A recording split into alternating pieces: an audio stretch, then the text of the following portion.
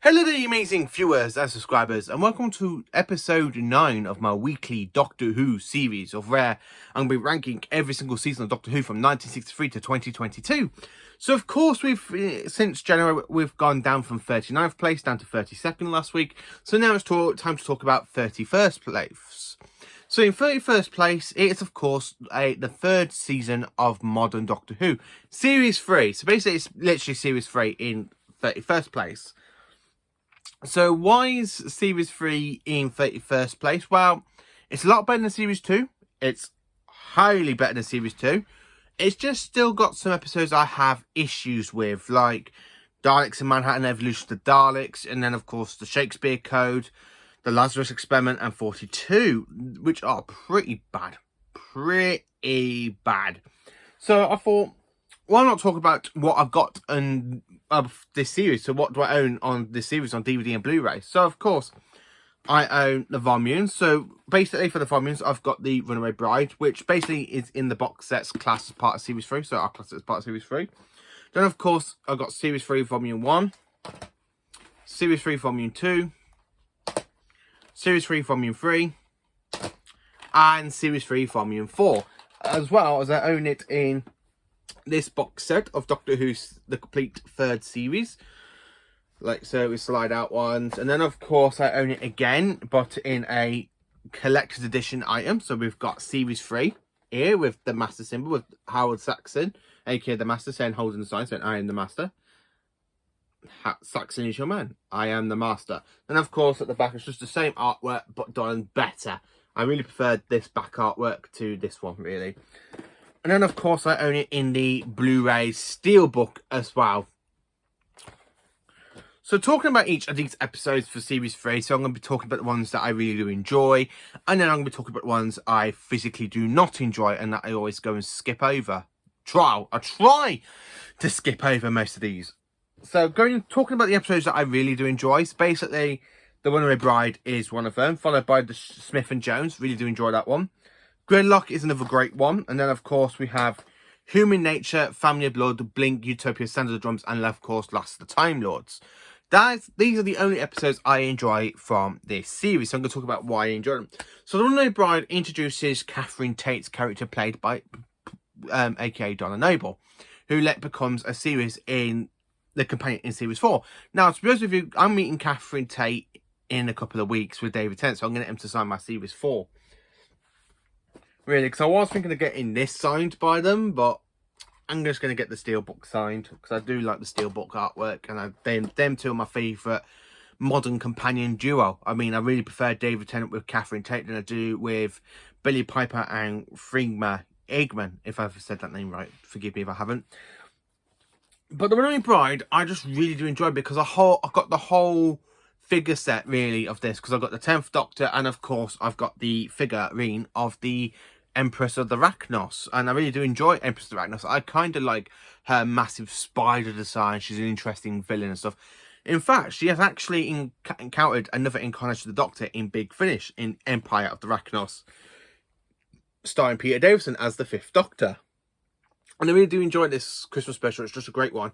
Smith and Jones, I really do enjoy this one because it's not really the Doctor just messing around with it. He's investigating these kind of strange things happening in a hospital, which is being caused by the Juju.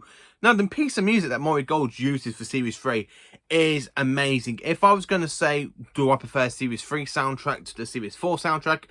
I actually prefer Series 3 soundtrack, because I really love Series 3 soundtrack. It's absolutely a great soundtrack. I really do love re-listening to the Series 3 soundtrack. Series 3 has got a lot of great piece of music in this series, where Series 4's got another season of great piece of music. A lot better than Series 2's music, and I really do enjoy Series 3 a lot more, like for the piece of music. I like the villain, the pilot, whatever her name is, I can't remember her name, the Miss Finnegan, the one who's a shapeshifter, but she doesn't drink blood, she assimilates blood. And so basically the Juju are looking for her. So when they encounter the Doctor and they go, non-human, it basically makes the Doctor go, and again. I really love Tennant in this series, because Tennant's just good. I like him in the blue suit as well. He's a lot better than in the brown suit. I really prefer the blue suit as well. If I'm ever going to cosplay him, I will actually cosplay him in the blue suit. I really do enjoy Smith and Jones. It's a great episode. Gridlock, I just enjoy this one. So we go to New Earth. Again, we meet the Face of Bow. The Face of Bow does die in this one. We re-meet Navis Hayne, who basically was arrested for her crimes in the last series in New Earth. Again, I really do enjoy this one because this is the return of the Macra, and I always love watching a Doctor Who where I'm like, it's a classic villain. It's a classic villain. So when I first watched this story, I had no idea who the Macra were, and then of course when the Macra Terror came out in the animation, which I've got here on Blu-ray, and I've got it on DVD further down the shelf, really, because I kind of separate my DVDs and box sets, you know. And I was like, oh, it's the Macra. Now I know where the Macra's from. And after I watched the Macra Terror, I went and watched Gridlock, and I'm like, oh yeah, they kind of have evolved backwards. When the Macra Terror, they're literally more interesting, and they are the dominant species, where they're just savage beasts in this one. So again, I really like to see the Macra done justice. And then of course, now we're getting to ones that I really do enjoy, like the Human Nature and Family of Blood. The Doctor turns himself human by hiding his time unconsciousness inside a fob watch using the chameleon arch. And then of course the Family of Blood are looking for the Doctor. Now the Doctor does make him suffer their punishments, really, for hunting him down. Like with Son of Mine, he puts him in suspended animation as a scarecrow. Daughter of Mine, he traps inside a mirror. The Mother of Mine, he traps inside a collapsing star. And Father of Mine, he traps in breakable chains. So that's a really great punishment for the Doctor, really. Instead of going around killing them, he makes sure they live forever, but they're kind of trapped in the way they are doing it as punishment, really. And I kind of like that, the way the 10th Doctor just basically does that. It's really interesting as well. I really do enjoy that. Blink is one of my favourite episodes because not only does it have the Doctor and Martha not basically in it, they're just like in a few scenes of it. It's more about Sally Sparrow coming across the TARDIS where the Doctor got sacked by the Weeping Angels back into 1969 and everything else. And I really do enjoy this episode. I really like the way how it doesn't really features the Doctor and Martha in it. It just shows another alien race, how deadly the Weeping Angels can be once they get you, like they did with the 10th Doctor. It really makes me think why the 11th Doctor faces the Weeping Angels off a lot better than the 10th Doctor. The 10th Doctor just gets sent back in time. The 11th Doctor, he defeats them twice. The 13th Doctor basically encounters them. So them two Doctors are really, when it comes against the Weeping Angels, the 11th Doctor is basically the genius Doctor who can defeat the Weeping Angels, where 13 doesn't defeat them, and neither does Tennant, really. And I'm sorry to say that. Really, I'm sorry to say that. And then, of course, going into the last 3 episodes, which is, as I call this one, and it's not really called it, but I call it the Master Trilogy, because the Master is in every single episode of these stories. Well, 2 incarnations the Master is. So we have Derek Jacobi being the Human Master, aka Professor Yana, until basically he opens the fob watch, gets his human consciousness. I like the fact we have here voices echoes back to the other Masters. So here, when I was first watching this, I was like, that's Roger Delgado's voice.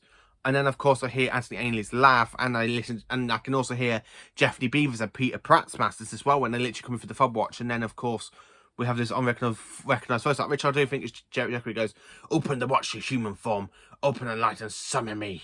And he goes, destroy him, and you will give your power to me. I really do enjoy the way I just hear all the other Masters in this fob watch, and when he opens up and he goes, and he's literally just there staring at the Tyson and you look in his eyes as he turns around, and they're going blacker into pure evil, and it is the Master. And then, of course, Chambo, his assistant, shoots him. He steals the Doctor's TARDIS and basically regenerates, and then steals the Doctor's TARDIS, where the Doctor locks the TARDIS coordinates off to where the TARDIS last landed, and it was, of course, modern day Earth. So really, it's a great trilogy where the Doctor's got to defeat another Master, now played by John Sims. And I really do prefer John Sims' Master with Tennant in these 2 parts, where the End of Time is just a complete lot of trash. I really don't like the End of Time. The End of Time, I just consider it to be biggest amount of trash. I just really don't like the End of Time. I really don't like the way they've done it with the Doctor and the Master. I like it a little bit, like for the Doctor's creation. I really hate the 10th Doctor's last line. I don't want to go. Oh, shut up and just get on with it.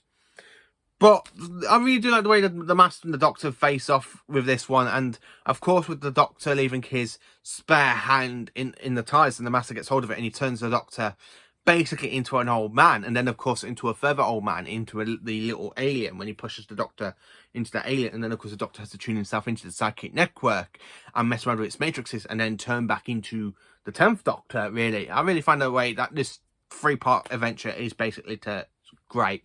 So they're the stories I really do enjoy. So the stories that I physically don't enjoy is Shakespeare Code, Daleks Manhattan, Evolution of the Daleks, the Lazarus Experiment, and of course 42. I really consider these episodes to be the weakest link of Series 3, where you got so many good episodes. This is the weakest link, really. And of course, I really don't like the Shakespeare Code. I like the Carry-Nights. In fact, I like them in Big Finish, when the 6th Doctor encounters them in Big Finish and he defeats them. And then, of course, I really think the 6th Doctor can defeat these alien witches a lot better than the 10th incarnation does. And then, of course, the Daleks in Manhattan, Evolution of the Daleks. I really don't like this 2-part story. I'm not going to talk about it, because I did do a bit of talking about this in my Dalek ranking every single story of the Daleks that I have seen. And I really don't enjoy this Dalek 2-parter. It's literally the weakest link for me. Out of all the Dalek stories, this is the weakest link out of the Dalek stories. Indefinitely. I just really don't like the story. Lazarus Experiment. I'm not going to say anything to save it, because I really can't save it. I just find this episode so bad. So bad. I just really don't like it. And then, of course, 42. I just really don't like 42. Oh, I just really don't like it. So, yeah. So, in 31st place is, of course, Series 3. Yeah, as you can tell, it's got some episodes I do enjoy. This is the kind of season where I'm starting to like the 10th Doctor a little bit. When I was growing up, I used to adore the 10th Doctor, really. I used to like Series 2, but then going back and watching it, I really think Series 2 is the weakest Modern Who season out there so far. And then, of course, Series 3, Tennant is getting a lot better. He's not being so weepy and bug-eyed, like puppy dog eyes in love with Marv. I really do enjoy the way Marv, I can't really say anything about it, because I really do enjoy Series 3 a lot more than Series 2. But Series 4 is the amazing 10th Doctor season. I really do enjoy the 10th Doctor in Series 4.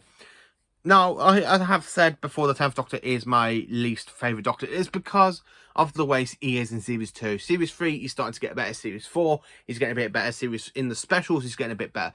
And then the end of time just really knocks the 10th Doctor back down for me, really. Because I really think in Series 3, 4, up to Waters of Mars, he has some great character growth. And then when he gets to the end of time, he literally goes back where he falls into Series 2 category. And I'm like, he's getting whiny. I hate whiny. I really, really hate whiny. Again, in Series 3, this is where the Doctor basically mopes over Rose, who's there being mopey over Rose.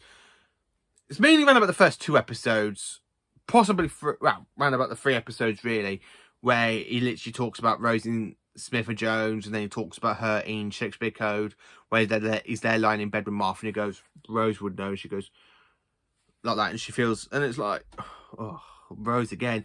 And then, of course, Martha brings Rose back up, and then she gets mentioned again in Utopia when Captain Jack comes back into the Doctor's life. So I do kind of have issues with the 10th Doctor and Rose, and I really don't like the way they just throw echoes of it back in this series. Series 4, they still throw echoes back into Series 2 with Rose coming back in Partners in Crime, and then, of course, in the finale. But the rest of Series 4, I just really do enjoy that one. And I do enjoy Series 3 a little bit as well. Specifically, the episodes I talked about, they're the ones I really do enjoy for the 10th Doctor, where if I'm going to ever do a video of saying what episodes I don't like from the 10th Doctor's era, it's going to be a huge majority, because there's a lot of Series 2 I don't like. There's 4 stories in Series 3 I don't really like. And then in Series 4, there's only 2 stories I don't like in Series 4. Which we'll probably find out later on. But, yeah. So, in this weekly series episode, it is no other than Series 3 in 31st place. Let me know in the comments what you think of Series 3. Is it one of your favourite series? Let me know in the comments. Please do like, subscribe and share. And join me for more awesome Doctor Who content. And have a great day.